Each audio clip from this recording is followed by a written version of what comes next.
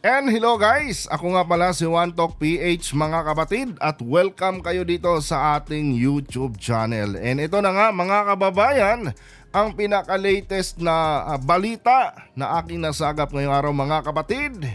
Sa wakas mga kababayan, dumating na rin yung kopya ng nasabing libro na di umano mga kababayan ang author di umano nito ay si Vice President Sara Duterte. Sa wakas mga kapatid, nakarating na ito sa tanggapan ni Senator Risa Hontiveros. And ito guys, itong libro na ito mga kapatid ito po yung naging ugat kahapon sa bangayan ni Vice President Sara Duterte at Senator Risa Hontiveros.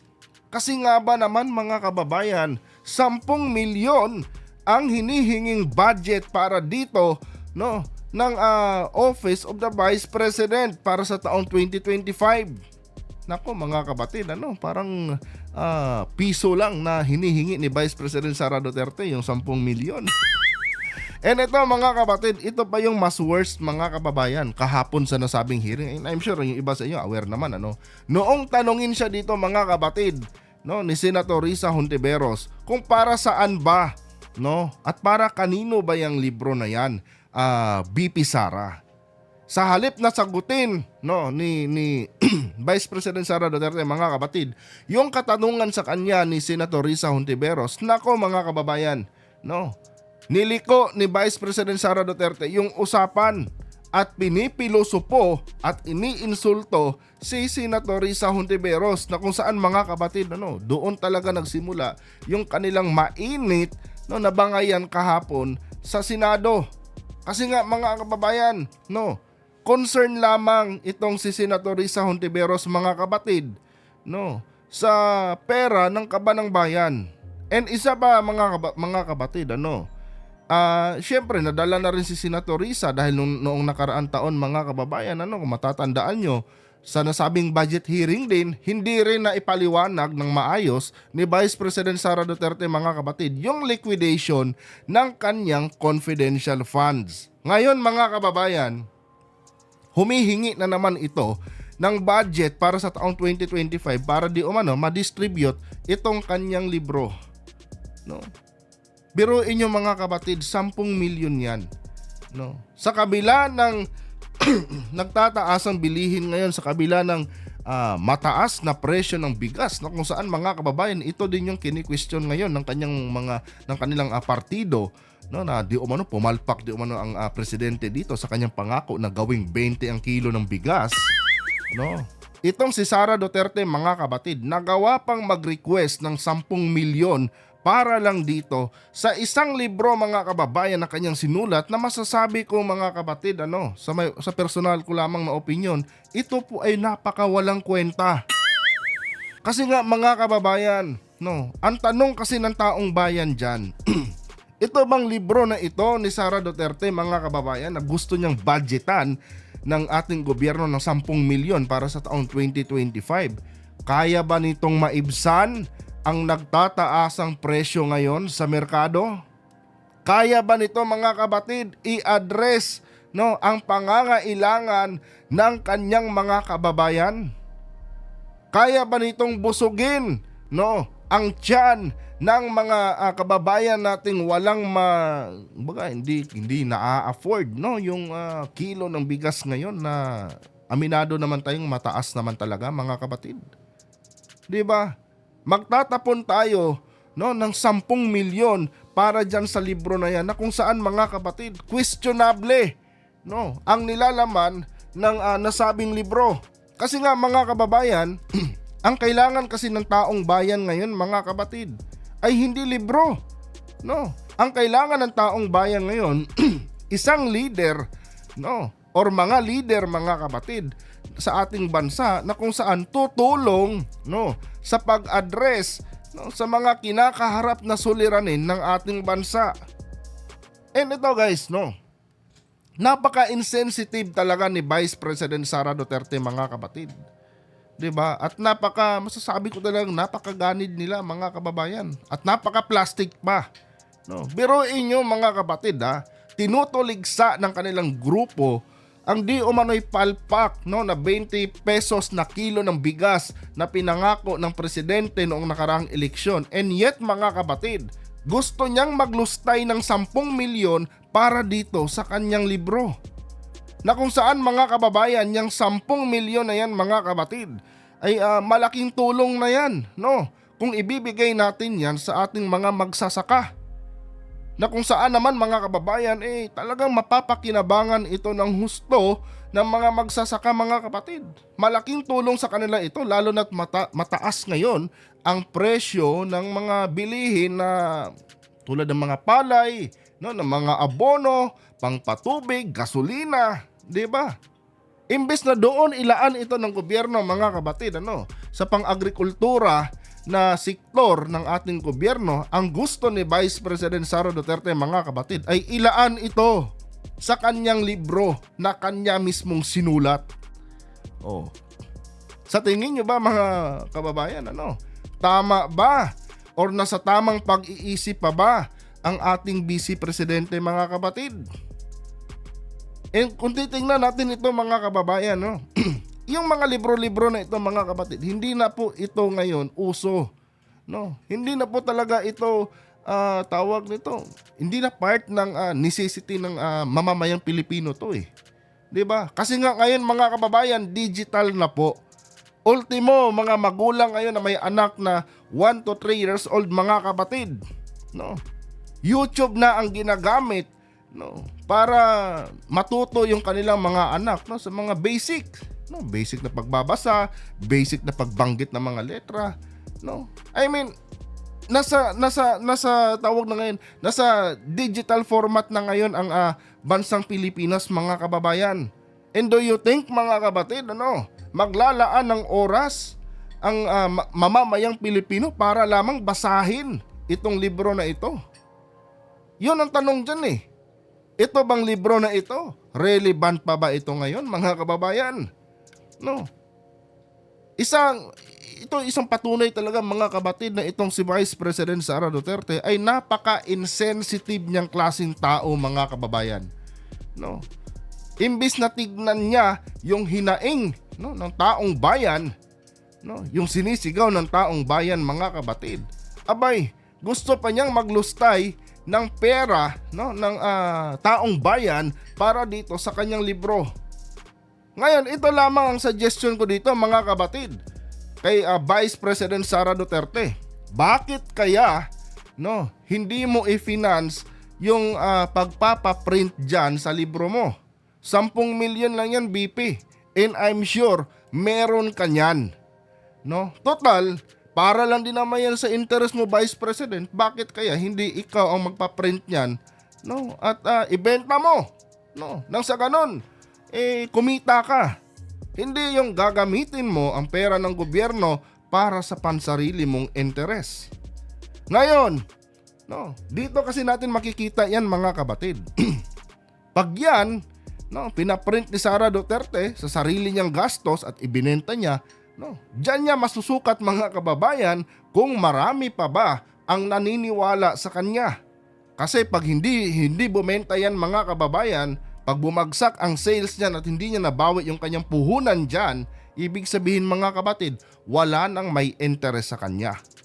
Diba? At dito rin natin masusukat mga kapatid, kung may interest ba ang tao na basahin yan. Kasi pag bumili yan, ibig sabihin gusto nilang basahin yan. Pero pag walang bumili, ibig sabihin yan Vice President Sara Duterte, hindi yan ang kailangan ng taong bayan. Ganun lang ka-basic yun. Tingnan natin, mamuhunan ka dyan BP. Pera mo ang gamitin mo dyan sa pagpaprint at inegosyo mo. Total, ikaw naman ang author niyan. Ikaw rin naman ang magbe-benefits niyan. Inegosyo mo. And tingnan natin kung yung 32 million na bumoto sa'yo noong nakaraang eleksyon, ibibili sa libro mo. Kasi pag bumili yan sila, panigurado, bilyonarya ang labas mo, Vice President Sara. Pero pag hindi bumenta yan Vice President, diyan mo makikita na hindi libro ang sagot sa kinakaharap na problema ngayon ng ating bansa. 'Di ba? Ang galing-galing yung tumuligsa sa pangako ni President hindi naman pangako 'yun eh. Kumbaga goal 'yun eh, no? Goal 'yun. Kumbaga parang nag-set lang si President Marcos ng kanyang goal na under my administration talagang kukunin natin tong 20 pesos na kilo ng bigas. Hindi pangako 'yun mga kababayan. No. Yan po ay goal ng ating Pangulo na under his administration mga kapatid mapababa niya sa malapit-lapit sa 20 pesos ang kilo ng bigas. Kanya nga lang mga kababayan, syempre hindi naman lahat ng mga Pilipino mga kapatid ay may comprehension. Madalas mga kapatid bobo. Kaya yung sinabi na iyon ng Pangulo mga kapatid ay para sa kanila ay isang pangako. At syempre ginagaslight din itong grupo nila Vice President Sara Duterte para mas lalong magalit ang taong bayan. Ganun naman kasi ang ginagawa nila mga kapatid. Pero ngayon mga kababayan para ding kinain lang din nila Vice President Sara Duterte mga kapatid yung claim nila na di umano makabayan sila, concerned sila sa taong bayan. Sa pamamagitan mga kapatid ng pag-request niya ng 10 milyon galing sa kaban ng bayan para lustayin dito sa kanyang libro na hindi naman talaga relevant ito sa kinakaharap na suliranin ng ating bansa. Paano kayo ngayon naging makabayan yan? 10 milyon na dapat sana ibibigay na lang doon sa mas nangangailangan na sektor ng ating gobyerno, particular dyan sa agrikultura. Gusto mo pang lustayin, Vice President, para dito sa iyong libro? Anong klaseng mentalidad yan, Vice President Sara?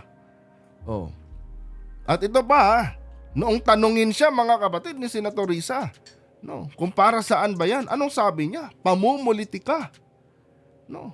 Yun na lang ang naging sagot ni Vice President Sara Duterte mga kapatid, dahil maging siya siguro mga kababayan hindi niya alam kung para saan nga ba itong sinasabing libro na kanyang sinulat. Puro na lang palusot mga kapatid. Ayaw niyang magbigay ng matinong sagot. Bardagulan ang kanyang gusto mga kababayan. Hindi niya inisip mga kapatid na yung tanong ni Senator Risa Hontiveros ay tanong po yon ng majority ng mga Pilipino. Para saan nga ba yan BP, yung libro na yan? Mabubusog ba kami dyan? Magiging 20 pesos na ba ang kilo ng bigas pag binasa namin yung libro mong yan? Yung mga nasa laylayan ba, gaganda ba ang buhay nila pag binasa nila yung libro mo? Kasi kung totoo yan, kung sakaling ganyan talaga, gaganda ang buhay ng mga Pilipino, bibenta yan. Kahit ubusin pa ang budget ng gobyerno dyan kung yun lang naman talaga ang paraan kung yung libro mo lang naman talaga ang paraan para umangat ang buhay. Pabor na pabor kami dyan. Kanya nga lang BP, nananaginip tayo ng gising. Diba? Hindi yan ang kailangan ng iyong mga kababayan, Vice President. Sa budget hearing ka na nga lang nagpapakita, sablay pa. Sablay pa yung appearance mo. Hihingi ka ng budget. Hihingiin mo gusto mong lustayin yung pera ng kaban ng bayan para sa isang libro. Kung idagdag mo na lang yan sa pangangailangan ng mga kababayan, o sabihin natin idagdag mo sa DepEd yan sa mga feeding program ng DepEd, di mas maganda kasi doon ka naman galing. Or ibigay mo na lang yan pang allowance sa mga guro. Di mas maganda, napapakinabangan ng mga teacher yan, pero yung lulustayin mo sa libro mo para Vice? Di ba? Anong purpose mo, Vice? Para lang bumango ang iyong pangalan. And I'm sure mga kapatid, yung ganyang mga libro, hindi nababasahin yan. Walang magbabasa niyan mga kababayan. Di ba? Hindi interesting yan. Ang pinapatos ngayon ng mga mamamayang Pilipino mga kapatid is kung ano yung trending. Kung ano yung viral. Yung libro mong yan, wala. Magsasayang lang talaga ng pera ang gobyerno dyan. Kaya ang mas magandang gawin mo dyan, Vice President Sara Duterte, no, ikaw na lang gumastos. Total, sa'yo naman yan, ikaw naman nagsulat, ikaw na lang gumastos. No? At ibenta mo nang makita mo kung ilan pa yung mga Pilipinong may interest pang makinig sa'yo. Kasi pag binili nga yan, ibig sabihin, interesado sila sa'yo. Pero pag walang bumili niyan, hindi bumenta yan, nalugi yung puhunan mo, no, sa pag-distribute mo, nalugi yung puhunan mo sa pagpaprint at pag-distribute mo. Ibig sabihin, Vice, no, hindi ka na relevant ngayon sa taong bayan. Well, yun naman talaga ang totoo, no. Hindi ka na relevant ngayon sa taong bayan. Iba na ang nakikita ng taong bayan sa iyo ngayon. Ikaw ay isang napakawalang kwentang Vice President. Oh. Yung gaya sabi ko sa mga kapatid, malaking bagay yun no. Yung pagpunta niya ng Germany sa kalagitnaan ng bagyo. Tapos nagalit pa siya noong na-reveal yung kanyang picture sa airport. Oh. Ibig sabihin, guilty siya, mga kapatid. Anyway, mga kababayan, hanggang dito na lang itong video na ito. And hopefully, mga kapatid, matauhan ng ating Vice Presidente. Imbis na pagandahin niya yung kanyang imahe ngayon, mas lalong lumalala No, mas lalong nasisira No, talagang gusto niya sira. Hindi ko magets, mga kababayan, kung ito bang si Vice President Sara Duterte nag-iisip. No. Kasi imbis na protektahan niya, pangalagaan niya yung kanyang pangalan, no, abay siya na rin mismo, mga kapatid, ang sumisira nito. 10 milyon yan, mga kababayan, no, na gusto niyang kunin mula sa kaba ng bayan at ilaan dyan sa kanyang libro, mga kapatid. Na kung saan hindi naman talaga yan ang kailangan, no, at hindi yan ang sagot sa problema na kinakaharap natin ngayon dito mismo sa loob ng ating bansa. Hanggang dito na lang, mga kapatid. Huwag kalimutang mag-like and subscribe, no, para i-share pa na YouTube sa iba pang hindi pa nakakapanood yung ating video ngayon. At mag-comment na rin kayo dyan, mga kababayan, sa inyong mga personal na opinion. Hanggang dito na lang. Adios.